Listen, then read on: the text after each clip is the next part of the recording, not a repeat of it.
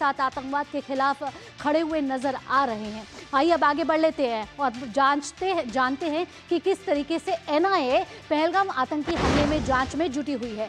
आपको बता दें कि हमले से जुड़े आतंकी मॉड्यूल की बारीकी से जांच कर रही है इस समय एनआईए, और स्थानीय नेटवर्क की भूमिका की भी जांच की जा रही है। तो एनआईए की अहम भूमिका इस समय नजर आ रही है, जहां घाटी में आतंकियों के ठिकानों पर लगातार छापे मार रही है एनआईए, और गृह मंत्रालय की ओर से जारी किए गए हैं ये आदेश, जहां एनआईए इस कार्रवाई को अंजाम देती हुई नजर आ रही है। हिरासत में लिए गए हैं संदिग्धों से लगातार पूछताछ की जा रही है, लगातार सवालों के घेरे में है।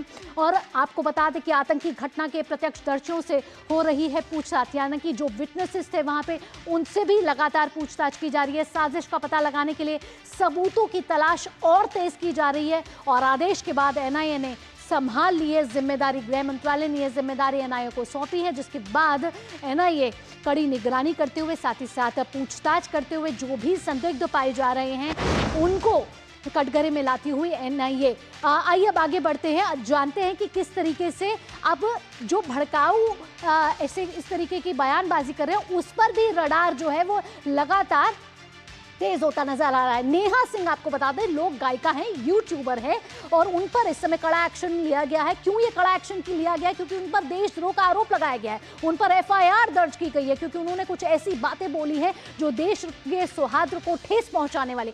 11 धाराओं में केस दर्ज कर दिया गया है नेहा राठौर के खिलाफ। नेहा राठौर कई गीत गाती हैं, यूपी का भी एक गीत था जो उन्होंने गाया था, तो काफी फेमस है, काफी लोकप्रिय लोक गायिका है, लेकिन कई बार इस तरीके से अपने विवादास्पद बयान के जरिए वो फंसती हुई नजर आती है। आपको बता दें कि राष्ट्रीय कवि अभय प्रताप सिंह ने ये तहरीर की थी और उसके बाद एफआईआर दर्ज की गई है, और सोशल मीडिया पर देशद्रोही पोस्ट करने का आरोप है नेहा राठौर पर, जिसके बाद अब वो फंसती हुई नजर आ रही है। हजरतगंज थाने में मुकदमा जो है वो दर्ज किया जा चुका है नेहा राठौर के खिलाफ। और आपको बता दें कि नेहा राठौर का जो ये विवाद है कोई नया नहीं है, विवादों के साथ उनका पुराना नाता कहीं ना कहीं रहा है। आइए जानते हैं, अप्रैल 2025 में नेहा ने करणी सेना पर उत्तर प्रदेश सरकार को घेरा था, तो उत्तर प्रदेश सरकार पर लगातार कहीं ना कहीं टिप्पणी देती हुई नेहा आती रही है।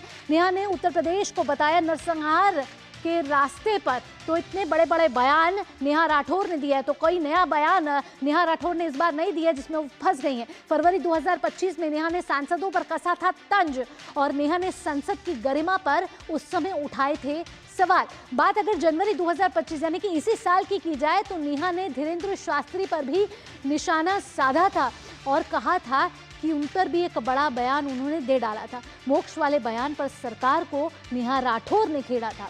वहीं अगर बात करें अब जुलाई 2024 की, जुलाई 2024 में जाते हैं, यानी कि पिछले साल की बात कर लेते हैं, तो नेहा ने क्रिकेट को बताया था ओवररेटेड। उन्होंने कहा था कि क्रिकेट में जो युवा हैं उनको गुमराह होने की बात नेहा राठौर ने कही थी। तो राजनीति से लेकर खेल तक नेहा राठौर कई बार कहें तो क्या पब्लिसिटी के लिए इस तरीके के बयान देती ही रहती हैं, और अब तो नेहा राठौर के खिलाफ 11 धाराओं पर एफआईआर दर्ज कर दी जा चुकी है। यह पहलगाम आतंकी हमले के बाद नेहा राठौर ने एक बड़ा ये जो बयान है वो दे दिया है। तो नेहा के इस समय सुर बिगड़ते हुए नजर आ रहे हैं, और पहलगाम हमले को बताया सरकारी चूक, और हमले को लेकर नेहा कहीं ना कहीं उनके सुर जो है वो बदलते हुए नजर आ रहे हैं, और इस बदलते सुर का खामियाजा नेहा को कहीं ना कहीं भुगतना पड़ सकता है। इस समय हमारे संवाददाता जुड़ चुके हैं हमारे साथ, अश्वनी मिश्र। ग्राउंड जीरो से सीधा अश्वनी का रुख करेंगे।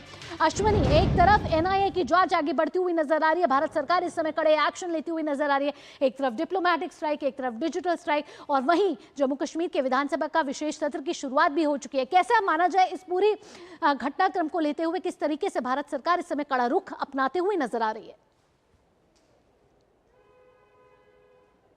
निश्चित तौर से भावना अगर देखें तो 22 अप्रैल की इस बर्बर अमानवीय हिंसक जघन्य अमानुषिक जिसको कहते हैं इस घटना के बाद पूरा देश खौल रहा है।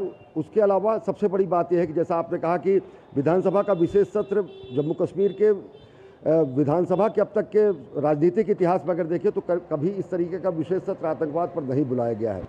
उप मुख्यमंत्री सुरेंद्र चौधरी ने पूरा का पूरा प्रस्ताव रखा, पूरा का पूरा प्रस्ताव पढ़ा, जिसमें ये कहा गया कि इस जघन्य बर्बर अमानवीय हिंसक कृत्य की हम निंदा करते हैं। देश पूरा का पूरा विधानसभा और यहाँ के राजनीतिक पार्टियाँ इसकी कड़ी भर्त्सना करती हैं और पीड़ितों परिवारों के साथ वो अपनी संवेदना व्यक्त करती हैं। इस तरीके का प्रस्ताव है।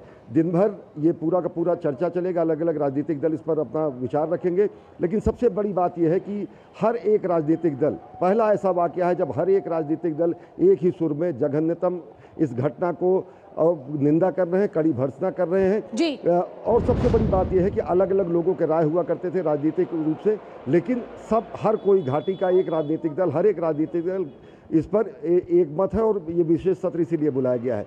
एनआईए को काफ़ी अहम सुराग हाथ लगे हैं। एनआईए सभी एग्जिट एंट्री पॉइंट्स को जो है चेक कर रही है, चश्मदीदों के बयान दर्ज कर रही है। साथ ही साथ एक स्थानीय फोटोग्राफर था जो पेड़ पर चढ़कर इस पूरे के पूरे हमले को जिसने शूट भी किया है, उससे भी फुटेज लिया गया है। जैसा कि लोग बता रहे हैं, ये अपुष्ट खबरें हैं, लेकिन यहाँ के स्थानीय मीडिया में, यहाँ के अखबारों में इस तरीके की खबरें हैं। उससे भी बातचीत की जा रही है। अहम सुराग के तौर पर उस पूरे के पूरे वीडियो को देखा जा रहा है, अहम सबूत के तौर पर देखा जा रहा है। और जो बहुत सारे ऐसे जो लॉजिस्टिक सप्लाई करने वाले ओवरग्राउंड वर्कर्स हैं, स्लीपर सेल्स हैं, उनकी भी शिनाख्त की जा चुकी है, उनके खिलाफ भी कार्रवाई चल रही है। अश्विनी, तो लगातार भारत सरकार इस समय एक्शन मोड में नजर आ रही है। साथ ही साथ हम देख रहे हैं अश्विनी कि जिस तरीके से विशेष सत्र का आगाज हो चुका है, देखना होगा कि चर्चा किस राह तक आगे बढ़ती है और उसके बाद किस तरीके कड़े एक्शन और लिए जाते हैं। इस समय तमाम राजनीतिक पार्टियां भी जो है वो एकजुट होती हुई नजर आ रही है। साथ ही साथ देश ही नहीं, दुनिया से भी भारत को समर्थन मिल रहा है। अश्विनी, तमाम जानकारियों के साथ आपका बहुत बहुत धन्यवाद। आइए अब अगली खबर का रुख करेंगे। अगली खबर पर भारत फ्रांस डील से जुड़ी हुई है। जी है, लगातार अपनी क्षमता